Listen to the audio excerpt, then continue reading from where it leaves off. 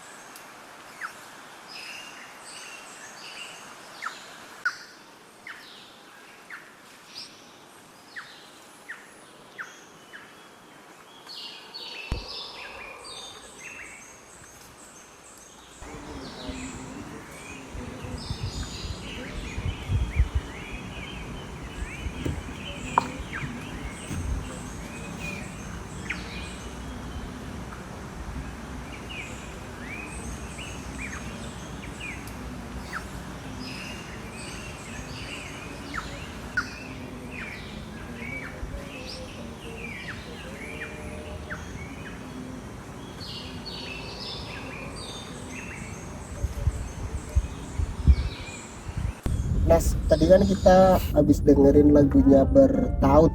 Siapa yang nyanyi? Nadine Hamisa ya? Iya. Itu menceritakan tentang seorang anak yang sudah mulai tumbuh dewasa, terus melihat dunia semakin begitu kejam terhadap dia. Pas akhirnya dia merindukan sosok orang tua, sosok ibu yang selalu mendukung dia. Menurut kamu emang dukungan orang tua terhadap anak itu emang bener-bener penting ya, Nas ya? Waduh, kalau menurut aku ya sangat penting ya. Ya apalagi juga ya mungkin kita semakin dewasa juga bakal jauh ya. Mungkin karena kerjaan kita juga kan tidak diperjauhkan. Contohnya kayak aku juga ya orang tua aku juga jauh semua ya. Apalagi mama yang di luar negeri ya gitu ya. Jadi dukungan seseorang tua terutama ibu ya itu sangat penting sekali menurut aku. Jadi seakan-akan kita tuh tidak menghadapi dunia ini tuh sendirian gitu ya, Mas? Iya benar. Itu pentingnya seseorang. Nah, tapi kalau misalkan kamu tadi kan bilang mama kamu kan jauh ya, Iya. di luar negeri, mungkin kemarin juga udah pulang, tapi kan pulangnya itu dalam jangka waktu yang cukup lama gitu loh, bahkan bisa bertahun-tahun tidak pulang. Nah, adanya jarak yang cukup jauh, terus intensitas ketemu sama orang tua kamu itu jarang gitu. Bagaimana kamu itu bisa coba untuk tetap positive thinking terhadap diri kamu sendiri? Nah, terus bagaimana sih orang tua kamu, terutama mama kamu, tetap bisa ngasih support ke kamu, Mas? Ya mungkin dia sering telepon bareng ya, telepon mungkin ngasih tahu yang mana yang baik mana yang enggak. Jadi kalau aku pun juga mau kemana-mana juga pasti aku bilang, aku ngelakuin apapun itu pasti aku juga pasti bilang ke mamaku ya, karena aku juga cuma punya orang tua satu aja ya, itu mama ya. Jadi tetap apapun itu mau kemana pun juga aku minta support ke orang tua, minta doa ke orang tua juga, ke mama sebenarnya. Karena doa orang tua juga sangat penting ya. Jika kita menjalani mungkin bisnis atau kita lagi berproses ya dalam kerjaan kita, tetap doa orang tua, support orang tua itu tetap nomor satu. Terus ada nggak beberapa hal mungkin, atau kamu berada di suatu kondisi di mana kamu itu mau cerita ke mamamu, itu nggak, lebih kayak mikir lebih baik nggak cerita gitu loh, lebih baik kamu itu pendem sendiri. Kadang kan orang-orang kan seumuran kita itu kadang ngerasa kayak gitu juga kan. Ya udahlah, aku udah gede, udah ngerasa nggak perlu diceritain lagi ke orang tua kayak gitu. Pernah juga kayak gitu? Kalau aku sih sering ya, karena aku pun juga kayak ngerasa kayak malu gitu ya. Aku pun dari gede loh, kayak kenapa kok kalau cerita kayak gini kayak apa lemah banget, apalagi cowok gitu kan. Pasti sering kayak gitu. Terus kalau misalkan kamu lagi nggak mau cerita gitu ya, terus otomatis kan kamu bakal ngehandle pikiranmu itu dengan dirimu sendiri. Contohnya kayak gini, misalkan kamu itu lagi banyak pikiran, terus kamu lagi nggak mau cerita sama orang tua. Ya mungkin cerita tapi nggak secara keseluruhan gitu loh, cerita cuma ya cerita-cerita sederhananya aja, karena mungkin kita juga pikir nggak mau kasih beban juga ke orang tua kan ya. Nah kadang kita tuh semakin dewasa kayak gini, semakin pengen ngatasin masalah itu dengan diri kita sendiri, kadang kita berantakan dengan diri kita sendiri kayak gitu kan. Nah ketika lagi kamu posisi down-downnya banget kayak gitu, apa yang kamu lakuin? Mungkin aku beribadah ya. Mungkin ya emang penting ya beribadah itu ya. Mungkin itu untuk semua agama juga ya. Nah, jadi berkomunikasi begini ya. Berkomunikasi berdoa dengan Tuhan ya. Dengan Tuhan. Berdialog, benar. Jadi kayak kita tuh nggak punya seseorang atau sesuatu yang kita gunakan untuk menceritakan, mencurahkan semuanya, tapi kita masih punya Tuhan. Untuk semua orang masih punya Tuhan. Semakin kita dewasa itu kita semakin bingung kan menentukan arah ke depan kita. Menurutmu arah ke depan yang patut untuk diperjuangkan itu masa depan yang seperti apa?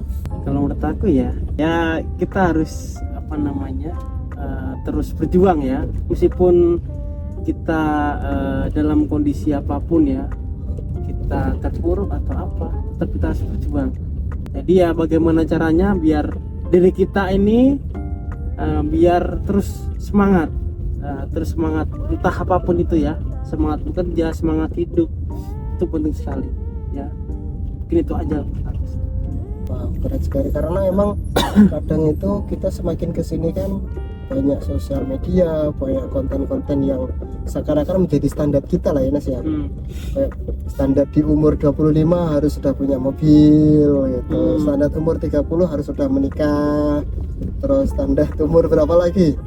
Umur 35 harus sudah punya usaha gitu. Tapi menurut aku umur itu bukan jadi patokan ya. Jadi ada orang itu yang sudah dari mungkin dari bayi ya, Rafathar contohnya, dia udah kaya ya, berarti gitu ya, udah punya privilege lah ya. Nah gitu. Jadi ada yang umur 16 udah nikah juga ada, karena mungkin keburu nggak tahu kita nggak tahu ya. Jadi setiap orang pasti punya perjalanannya masing-masing. Ada yang umur 30 sukses, ada yang umur mungkin 25 baru nikah, mungkin yang umur 40 belum nikah tapi dia tujuannya beda ya, mungkin mengejar cita-citanya yang belum tercapai atau gimana ya. Jadi ya menurut aku semua itu prosesnya masing-masing sendiri. Jadi itu tadi umur bukan jadi faktor mana kita harus ini. Ya udah kita nggak usah dengerin orang lain. Ya udah kita yang penting kita bahagia aja, itu udah nilai plus ya buat kita. Yang paling penting emang sebenarnya bukan mengikuti standar orang lain, tapi mengikuti standar kita. Benar. Terus umur itu juga bukan jadi satu-satunya patokan. Kita harus seperti ini, kita harus seperti ini. Gini, mungkin umur kita yang udah nggak muda lagi ya, jadi kita pun juga nggak tahu ya kenapa ya, aku ngerasa kayak semakin berumur ya pikiran semakin banyak ya, pikiran semakin banyak. Jadi kayak sebenarnya itu bukan tuntutan ya, tapi kita tuh kayak mikir kayak apa namanya, orang itu kok kayak gini ya gitu kan, kok umur segini aja udah kayak gini. Kadang kayak ada ngerasa gitu juga, tapi aku berbalik lagi, setiap orang pasti punya proses masing-masing. Itu tadi sih. Terus gimana caranya kamu handle diri kamu sendiri gitu kan, pas waktu kan kadang kita ada di titik-titik di mana kita nge-compare, ngebandingin diri kita dengan orang lain gitu loh. Nah, terus kadang kayak kita ngelihat pas waktu sekolah dulu, kita zaman SMA, satu angkatan kita mungkin ada yang udah jadi apa gitu kan. Terus pas waktu kita kuliah, terus mereka udah jadi ada, kalau misalkan nggak punya bisnis gitu ya, tapi udah punya posisi di sebuah perusahaan gitu. Nah, kamu bisa ngehandle emosi kamu biar nggak terlalu stres untuk mikirin kayak gitu ya apa? Healing sih. Bener. Jadi ya itu sih, aku lebih ke healing. Terus juga aku lebih dukung ke hobiku ya. Aku kan suka main musik, berarti aku lari ke musik. Mungkin aku nyanyi atau main piano atau gimana ya. Menghibur diri lah banyak gitu, dengan melakukan rutinitas yang padat biar nggak kayak gitu sih aku ya. Hal yang paling berbeda menurut kamu menjadi semakin dewasa untuk saat ini sama mungkin pas waktu masa-masa kita kuliah kayak gitu, menurutmu hal yang benar-benar perbedaan yang paling kamu rasakan itu di titik apanya? Menurut aku ya mandiri ya, penting banget nih. Jadi mungkin ya zaman dulu aku masih sekolah atau kuliah itu ngerasa apapun udah cukup. Jadi udah kita nggak mikir kerja ya kan, ya udah kita apa tinggal makan, apa tinggal ini ya gitu ya. Cuma semakin tinggal minta kiriman lah gitu. Jadi semakin dewasa kita dituntut untuk semakin apa namanya, bertanggung jawab. Bagaimana menurutmu hal yang harus kita lakukan untuk berdamai, dalam artian apa ya, mengontrol ekspektasi kita biar nggak terlalu kecewa? Terus bagaimana, kita kan pasti struggle ya dalam proses-prosesnya, itu pasti berjuang banget gitu. Nah, kamu juga pernah merasakan hal seperti itu juga nggak? Pernah. Terus gimana caranya kamu bisa berdamai dengan dirimu sendiri gitu? Ya itu ya, jadi kalau aku biasanya itu pasti setiap tahun aku pasti ngelis ya, kayak misal 2025 apa yang ingin aku capai, jadi aku pasti tulis di situ. 2025 aku pengen ini ya, misalnya gitu ya, ini. Kayak kemarin aja 2024 ya seperti itu ya, aku sebetulnya pengen banyak hal ya yang belum kecapaian juga masih banyak. Planningku itu sebenarnya banyak banget 2024. Aku pun juga sudah memplanning ya, nanti aku bakal ngapain aja, terus penyampaian apa aja yang pengen aku capai, aku udah ngelis di situ ya. Cuma ya apa namanya, kita cuma bisa berusaha aja, sisanya tinggal Tuhan yang atur ya. Boleh spill nggak salah satu, mungkin salah dua yang sebenarnya pengen banget kamu di tahun 2024 yang sudah kamu usahakan tapi belum bisa tercapai gitu. Yang pertama aku pengen 2024 itu bisnis ya, bisnis mungkin kulineri ya, kulineri. Mungkin bisnis kulineri itu lebih berkembang lagi ya. Karena aku udah tutup ya, tutup kedaiku tuh udah ada setahunan ya, hampir setahun kayaknya. Hampir setahun aku udah tutup. Sebenarnya tuh planning 2024 tuh aku pengen buka lagi gitu loh. Terus mungkin manajemennya lebih diperbagus lagi ya. Kalau yang di Jakarta kemarin bakery ya, puji Tuhan, alhamdulillah ya, Puji Tuhan lancar, juga masih apa-apa. lancar sampai sekarang, masih lancar ya, masih banyak banget permintaan di beberapa hotel, terus beberapa perusahaan mungkin PT untuk ini, ngirim di PT, ngirim di pabrik gitu ya. Karena kan emang kalau di Jakarta kan kebanyakan pastry atau bakery itu kan dia nggak fresh ya. Biasanya toko-toko roti kan dia udah nyediain, udah jadi gitu. Tapi kalau aku di sana, bisnis di sana itu aku nggak mau, jadi harus bener-bener rotinya fresh. Jadi pesan dulu baru kita buat. Nah, cuma problemnya apa? Ya tetap gitu aja, nggak berkembang gitu loh. Masih di situ aja, stop di situ aja. Terus juga planning yang kedua mendaki ya kayak kita gini ya. Planning 2024 sebetulnya aku pengen banget mendaki di gunung perahu.